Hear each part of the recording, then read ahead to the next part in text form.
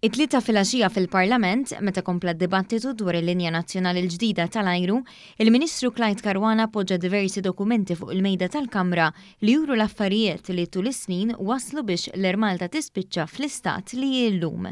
Il-Ministru żvela kif l-2003 u fis-snin ta' wara il-pagi taċ-Chairman u tal-Kap Eżekuttiv ta' dak iż-żmien flimkien kienu jgħoddu għal €900,000.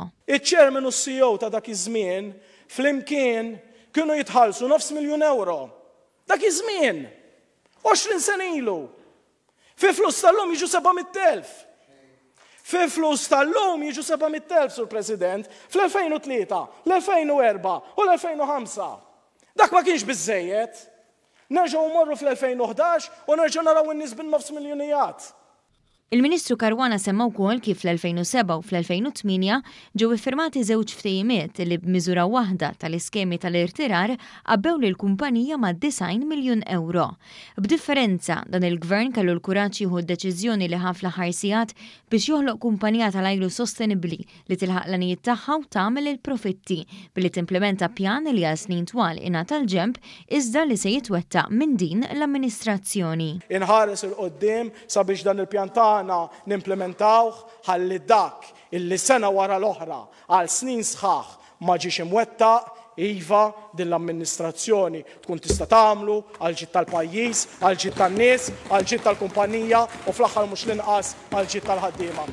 Tul dan id-dibattitu parlamentari tkellmu diversi deputati.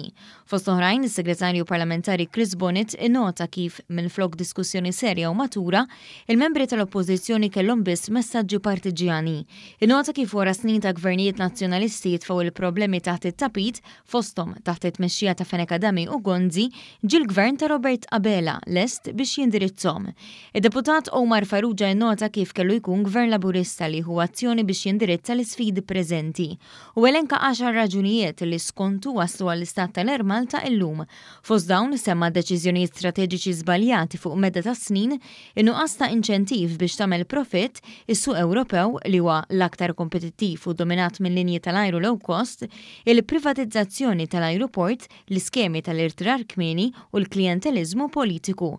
Minħatija u deputat Alex Muscat innota kif il-Partit Nazzjonalista m'għandux kredibilta jitkellem fuq l-Ermalta u saħaq li qed iħares il-qudiem għall-Ermalta ġdida aktar vijabbli ekonomikament.